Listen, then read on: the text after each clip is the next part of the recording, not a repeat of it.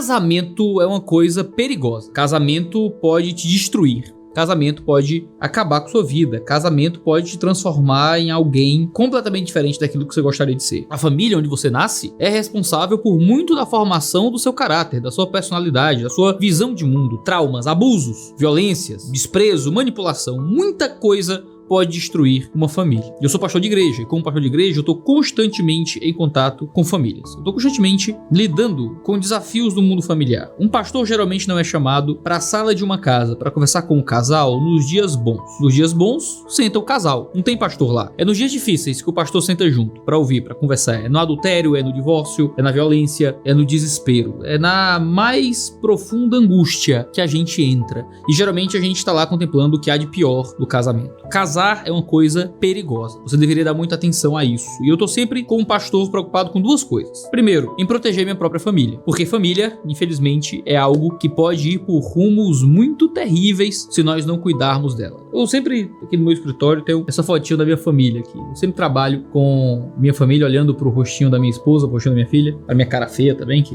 infelizmente estraga a foto. Foi um presente que eu ganhei da Igreja Batista Urbana quando fui pregar lá. E fica aqui no meu escritório o tempo todo. Sempre de tarde, quando eu tô lendo minha Bíblia, fazendo meu devocional aqui no escritório, eu olho pra minha família e oro pela minha esposa, oro pela minha filha, peço para que Deus nos preserve. Cuidar da própria família é fundamental. Mas não só cuidar da própria família, também tô sempre preocupado em encontrar cada vez mais recursos e materiais para poder auxiliar a família dos outros, ajudar os irmãos da igreja, as pessoas da minha comunidade a melhorarem em seus casamentos. E acaba que fazendo isso, eu acabo cuidando também da minha família. Estudo, olho para materiais que possam ajudar no processo de pastorear outras famílias, mas eu acabo aprendendo um pouco mais sobre o pastoreio da minha própria família. Por isso que quando a Mundo Cristão me mandou o livro do Russell Moore, A Família em Meio à Tormenta, Como a Cruz Redefine o Lar, eu fiquei bem interessado em ler logo, porque livros sobre família, por mais que sejam muitas vezes repetitivos, sempre são um esforço muito interessante de encorajamento. Às vezes, livros sobre famílias não nos dão informação novas, só nos dão encorajamentos novos que a gente precisa. Mas esse é um livro badalado. A Christianity Today deu em 2019 o prêmio de livro do ano para esse livro aqui. E quando eu comecei a ler, eu li os primeiros capítulos desse livro, não terminei ele ainda, mas eu já quis correr para falar dele para vocês, porque eu quero poder falar dele enquanto estou impactado com aquilo que li nele. Russell Moore consegue trazer informações novas, insights que eu nunca tive antes acerca de família, que não só vão me ajudar como pastor ao pastorear outras famílias, mas também vão me ajudar no próprio cuidado com a minha casa. Se essa é a sua primeira vez aqui, eu sou o pastor Iago Martins, você está nos escritórios do Instituto Schaefer de Teologia e Cultura, e esse é o Review, o programa de resenhas teológicas desse canal, mas não é o nosso único programa, a gente tem vários programas aqui, desde comentário de filme, a exegese de grego e hebraico, perguntas teológicas e várias outras. Então considera se inscrever aqui no canal e assinar as notificações para ficar sabendo sempre que houver vídeo novo. A gente tem vídeo aqui quase todo dia. E no vídeo de hoje, eu vou passar com vocês pelo primeiro e segundo capítulo do livro do Russell Moore, que eu tenho certeza que vai ser uma bênção para a sua própria família. Como sempre, o link para o livro, se você quiser, vai estar aí na descrição. Os dois primeiros capítulos do livro se chamam A Família Assolada pela Tormenta e A Cruz como Crise Familiar. E são capítulos que ajudam a marcar bem o tom maior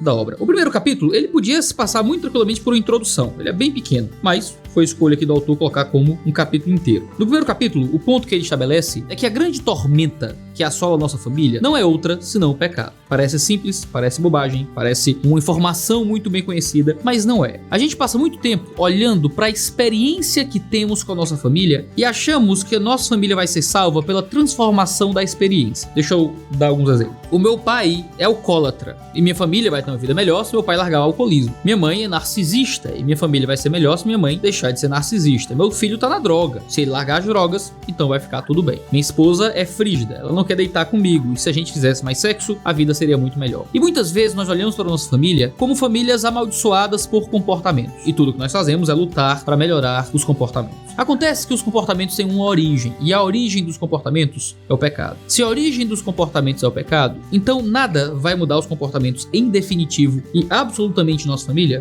senão a santidade. Mais do que isso, se o grande problema da nossa família é o pecado, a grande necessidade da nossa família não é de mudança de comportamentos. A grande necessidade das nossas famílias é escapar do caminho do inferno. Veja, é terrível ganhar o mundo inteiro e perder a alma, sabe? É horrível a gente ter uma família funcional, mas uma família que vai funcionalmente pro inferno. A grande questão do homem é o seu relacionamento com Deus. Se as nossas famílias vivem em conflito com o Senhor, então é simplesmente aterrador que a gente se concentre mais em ter lares funcionais do que em ter lares redimidos. Deus. Ele diz o seguinte logo no começo do livro: para aqueles de nós que estão em Cristo, as tormentas não devem causar surpresa. Não precisam nos fazer entrar em pânico nem nos destruir. A pior coisa que pode lhe acontecer não é o que você suportou com sua mãe ou seu pai. A pior coisa que pode lhe acontecer não é sua irmã que não fala com você. A pior coisa que pode lhe acontecer não é o cônjuge o abandonar ou trair, ou mesmo morrer. A pior coisa que pode lhe acontecer não é ver seu filho se rebelar contra você, ou até mesmo enterrar o próprio filho, por mais terrível que tudo isso seja. A pior coisa que pode lhe acontecer é morrer sob a condenação divina, suportando todo o peso da sentença de morte e do inferno. Se você está em Cristo, isso já foi vencido. Você não é apenas um sobrevivente, mas um filho amado, um herdeiro de tudo. Ainda assim, é difícil lembrar-se de tudo isso quando sua vida parece ser sacolejada de um lado para o outro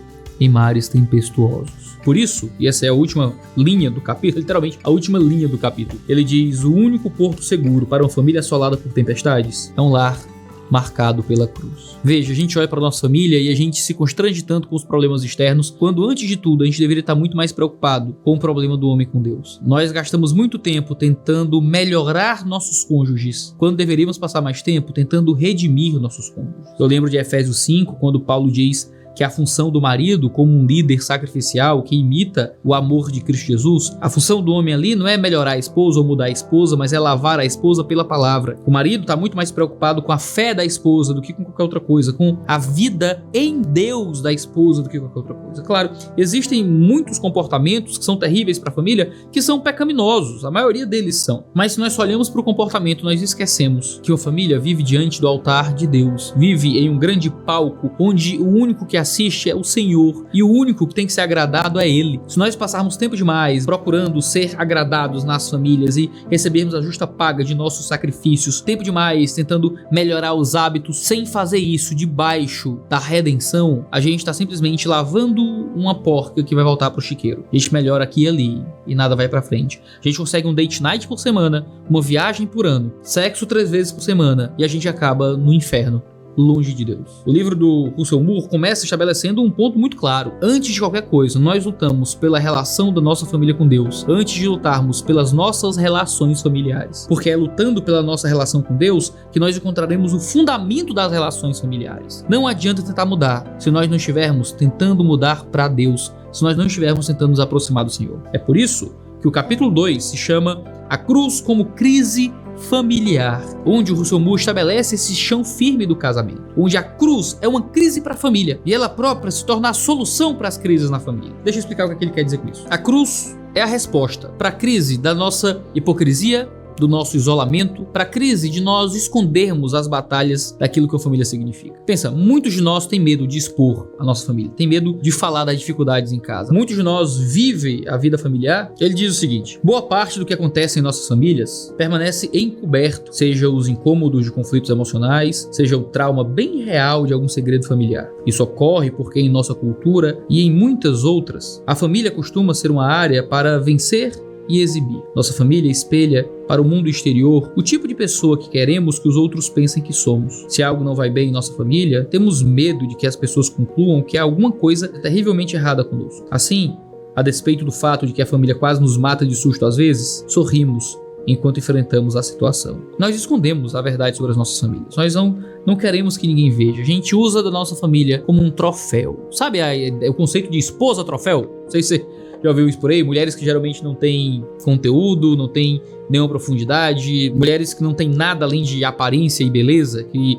algum homem usa como uma forma de estabelecer o seu status. Muitas vezes, nossas famílias são troféus. Nossos filhos são pequenos troféus, nossas esposas, nossos maridos, o dinheiro que temos, a casa que moramos, o carro que andamos, as roupas que vestimos, as viagens que fazemos, os avanços na educação dos nossos filhos, a habilidade deles de falar, de se expressar, de dançar, de cantar, ou o que é que seja. Nossa família é um grande troféu. Logo, se as nossas famílias começam a perecer, se os nossos filhos que a gente cuidou e fez homeschooling não progridem bem, se o nosso casamento que a gente lutou tanto para estabelecer fracassa, se a nossa vida financeira pela qual sacrificamos tantas coisas, mesmo com olhares de juízo de outras pessoas que diziam que a gente trabalhava demais e a gente perdeu tudo. E agora? Como é que eu peço socorro? Como é que eu chego pedindo ajuda? Se eu fiz tudo pelo estabelecimento da minha família e se eu lutei para que minha família fosse um grande troféu para causar olhares de inveja e de admiração em outras pessoas, eu perco parte da minha identidade. Eu perco parte de quem eu sou, uma vez que eu fiz da minha família o meu reino pessoal. E a verdade que todos nós esquecemos em algum momento é que a família é um lugar para nossa própria humilhação. Deus nos deu um lar para nos humilhar, para nos transformar. Foi Martinho Lutero que escreveu que o casamento é uma escola para o caráter melhor que qualquer seminário. E é verdade, a família mostra pra gente que a gente não é especialista em nada, e a gente não sabe de nada de fato. De que a gente pode ter ideias, compreensões, a gente pode ter chutes, mas a parte da palavra de Deus, a gente não vai muito longe. Praticamente todos os âmbitos da vida familiar se tornam humilhantes, ele vai dizer. Nos relacionamentos com as pessoas, estamos fadados a decepcionar e ser decepcionados, ferir e ser feridos. Ele ainda diz: é possível que, assim como eu, você olhe para todos os fracassos de sua família e se pergunte: por que precisa ser tão difícil? E a verdade é que precisa ser tão difícil porque a família é um instrumento de Deus para nos transformar. Mais do que isso, é porque a família é importante. Além disso, é porque a família é uma batalha espiritual. Exatamente o que ele diz aqui. A família pode nos encher de vida ou nos quebrar por dentro, porque ela é muito mais do que um mero ciclo da vida de nosso material genético. Família é batalha espiritual. Deus criou a família, e quando lutamos na família, nós não estamos apenas lutando contra comportamentos. Você não está lutando contra o alcoolismo, contra a grosseria, contra a frigidez ou contra a desobediência. Quando você luta na família, você está lutando contra o diabo, contra o mundo e contra a carne. São batalhas muito maiores. Você não está simplesmente batalhando contra a esposa ou contra o marido. Não são seus filhos que estão batalhando contra você. Vocês estão numa batalha contra o diabo. O diabo que quer destruir a família. É o diabo que quer vencer o lar. É o diabo que está interessado em um marido grosseiro. É o diabo que está interessado em uma mulher manipuladora. É o diabo que está interessado em filhos desobedientes. É o diabo que está interessado em pais abusivos. É o diabo que está interessado numa sogra narcisista. É o diabo que está ali. A família é uma batalha espiritual, e por isso é apenas na cruz que nós vencemos os desafios e os ditames da família. Mas não só o diabo. Efésios 2 vai dizer que nós vivemos contra o diabo, contra o mundo e contra a carne. O mundo e a carne nos influenciam porque o pecado luta contra nós todos os dias. Foi a queda em Gênesis 3 que destruiu as relações familiares. Quando Adão e Eva comem do fruto, a maldição de Deus disse agora: a mulher teria um desejo contra o seu marido. Algumas traduções ainda trazem será para o seu marido, mas é uma tradução ruim da partícula. Será contra o seu marido é a melhor tradução. E ele a dominará. Agora a mulher, que deveria ser auxiliadora idônea, se torna uma inimiga do marido. Agora o homem, que deveria ao lado da mulher dominar a criação, agora tenta dominar a mulher. E a família começa a entrar nesses desafios terríveis. Por quê? Por causa do pecado. O pecado entra no mundo e o pecado afeta as nossas famílias, e isso torna o casamento muitas vezes tão difícil. Ele diz: a queda imediatamente separou o marido de sua esposa, o irmão do outro, pai da filha, o tio dos sobrinhos. A história de Caim e Abel é a história de assassinato entre irmãos, porque o pecado entrou no mundo. Qual é a solução então que a Bíblia nos dá para um contexto de tanto pecado? É um manual de comportamento? Não. O que a Bíblia nos dá é a palavra da cruz. E pode parecer estranho pra você. Pô, mas a palavra da cruz não vai fazer meu marido parar de beber. A palavra da cruz não vai fazer minha mulher transar mais. A palavra da cruz não vai fazer meus filhos tirarem notas melhores na escola. Mas a palavra da cruz vai conceder redenção e salvação a homens e mulheres pecadores que precisam de esperança nos fracassos diários que eles cometerão em suas famílias. É a palavra da cruz que vai fazer com que um marido ruim, que uma esposa ruim, que filhos ruins possam encontrar perdão e um caminho de transformação dia após dia, quando percebem que seus casamentos, seus relacionamentos, suas famílias são tomados pelo pecado. É a palavra da cruz que faz com que Deus os aceite, mesmo quando suas famílias não representam aquilo que é a vontade de Deus para a vida deles. É a palavra da cruz que faz com que a gente encontre redenção e transformação e ajuda em tempo oportuno. O seu Bull vai dizer que as verdades mais importantes sobre a vida familiar não são contadas em passagens que costumamos interpretar como textos sobre família, aquelas que ouvimos nas pregações de Dia das Mães ou dos Pais, ou na cerimônia de casamento. A passagem mais importante relacionada à família provavelmente se encontra no relato de Jesus, que, carregando a própria cruz, foi ao local chamado Lugar da Caveira. É quando Jesus sobe no Gólgota. É quando Jesus é pendurado numa cruz, que nós temos ali o principal texto sobre família. Família é uma coisa inacreditável. E a cruz de Jesus foi um momento familiar muito difícil. Pense em Maria. Maria estava vendo seu filho ser crucificado naquele momento. Nós tínhamos uma mãe e nós tínhamos um filho. Maria certamente lembrou daquilo que Simeão disse para ela: uma espada atravessará o seu coração. Logo após dizer que Jesus provocaria a queda de muitos em Israel, mas também a ascensão de tantos outros. Maria estava ali. A espada que atravessaria o seu coração seria uma cruz romana, e ela precisava do consolo de Cristo naquele momento. Jesus estava morrendo. A espada atravessava o coração de Maria, e Jesus cuida da sua mãe. Jesus olha para Maria, provavelmente José já deveria estar morto, e coloca João para cuidar dela.